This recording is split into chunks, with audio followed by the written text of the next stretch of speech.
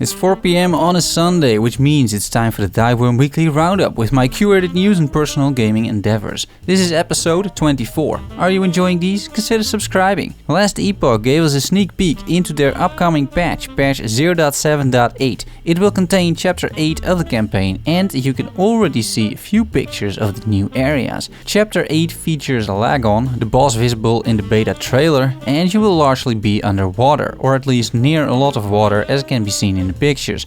Cool stuff, not much else to report on apart from the fact that the new patch is still some weeks away. Killsquad released a beta of their new veteran missions, calling it Crush the Plague. Their previous update overhauled the recruit experience, allowing new players a much smoother entry into the game using a quest system, a few missions and an overall decent explanation of what this game is about. The updates continue with Crush the Plague, which overhauls the first part of the veteran section. They make no secret of the fact that this update was directly inspired by the COVID-19 virus. While the plague was already an entity within Killsquad, also before the outbreak, the fact that the team had to work from home to release this update, as well as the far-reaching measures many governments have taken, resulted in the devs really experiencing the virus like so many of us. They thought the players needed a collaboration, fighting together, uniting the fans of the game to battle a plague and the virus at the same time. I appreciate the gesture.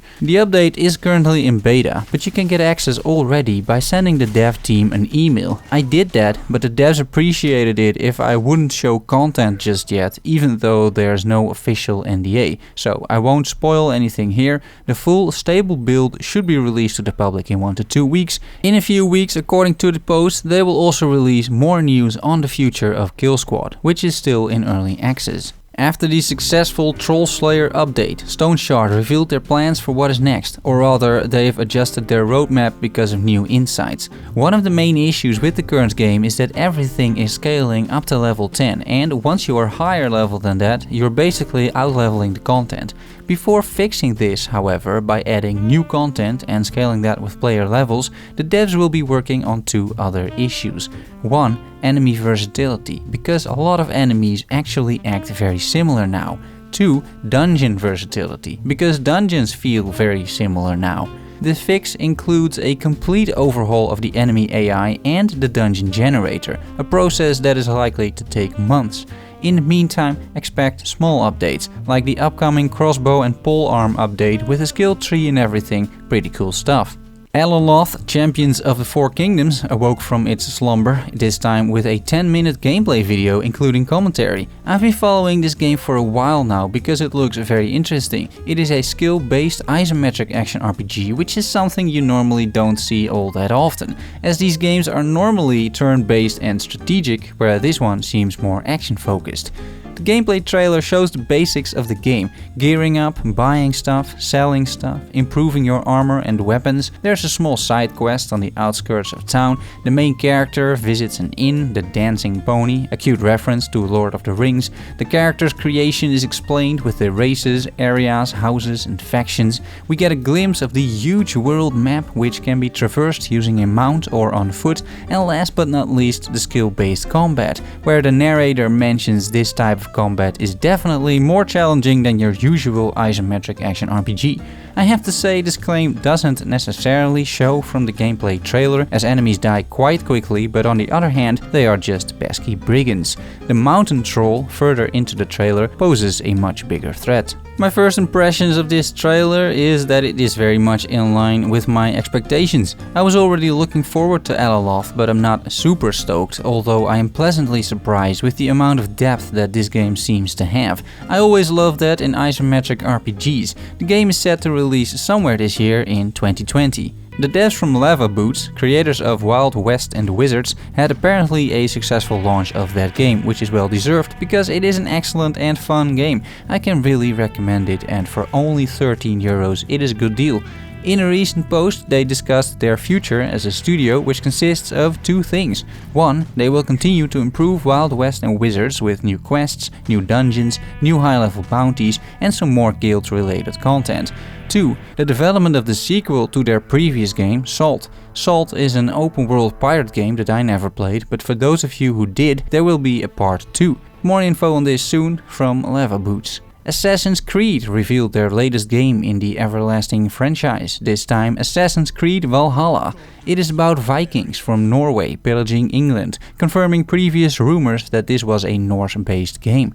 Vikings didn't only raid and pillage these coasts, but also created settlements, which is visible in the trailer. Overall, it is a pretty good premise for a game.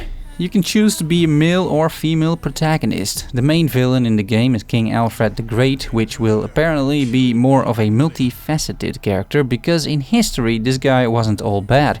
I mean, he is defending his people after all. According to the devs, diplomacy should also get you pretty far, but if you're more the vicious type, you can fight your way through victory with sword and board, dual-wielding weapons and even dual-wielding shields. It must be said, this trailer looks absolutely stunning. There's just something about a super slick animated video that gets you hyped for a product, if only for a brief moment. Seeing axes and swords thrusted into armor, decapitating and dismembering soldiers, the thrill of the battle, the rush of adrenaline, it never really gets old. And then you realize it is Ubisoft, which has very much a mixed track record up to this date. The latest news in that regard was that Ubi revisited their development practices after Ghost Recon Breakpoint turned out to be more of a turning point, as it completely bombed and torpedoed 2019 into a disastrous final year. It's interesting to see how they handle the new Assassin's Creed, because it's going to be the first game after all these changes. In the end, we'll just have to see. Assassin's Creed Valhalla will not be available on Steam, but only on Uplay and the Epic Game Store. It will release in 2020 holiday. With the cancellation of E3, there are a lot of opportunities for cool online digital events. First, E3 themselves tried to organize that, but quickly realized that this wasn't going to be a success, at least for them, with multiple conflicts between the E3 owners, the ESA, and the fan favorites, citing creative differences for their breakup. One of those fan favorites was Geoff Keighley, the face of the Game Awards and someone who understands what a game audience is looking for, contrary to the people he used to work with. Geoff, the clever businessman that he is, has seized the opportunity and has broken the silence once more with a deafening announcement, because he will be organizing SummerGameFest, reuniting game audiences from the comfort of home. It is a brilliant move, and he is using his connections to make this a success. Just look at the list here. All these guys will attend. That is pretty massive. The event seems to be a mix of news, online events, playable stuff, and hopefully still some good shows. I'm actually looking forward to this. And that's all I have for you this week. Follow me on Twitter @Thyworm. Thanks so much for watching. I'll see you all next week. Love you all. Bye bye.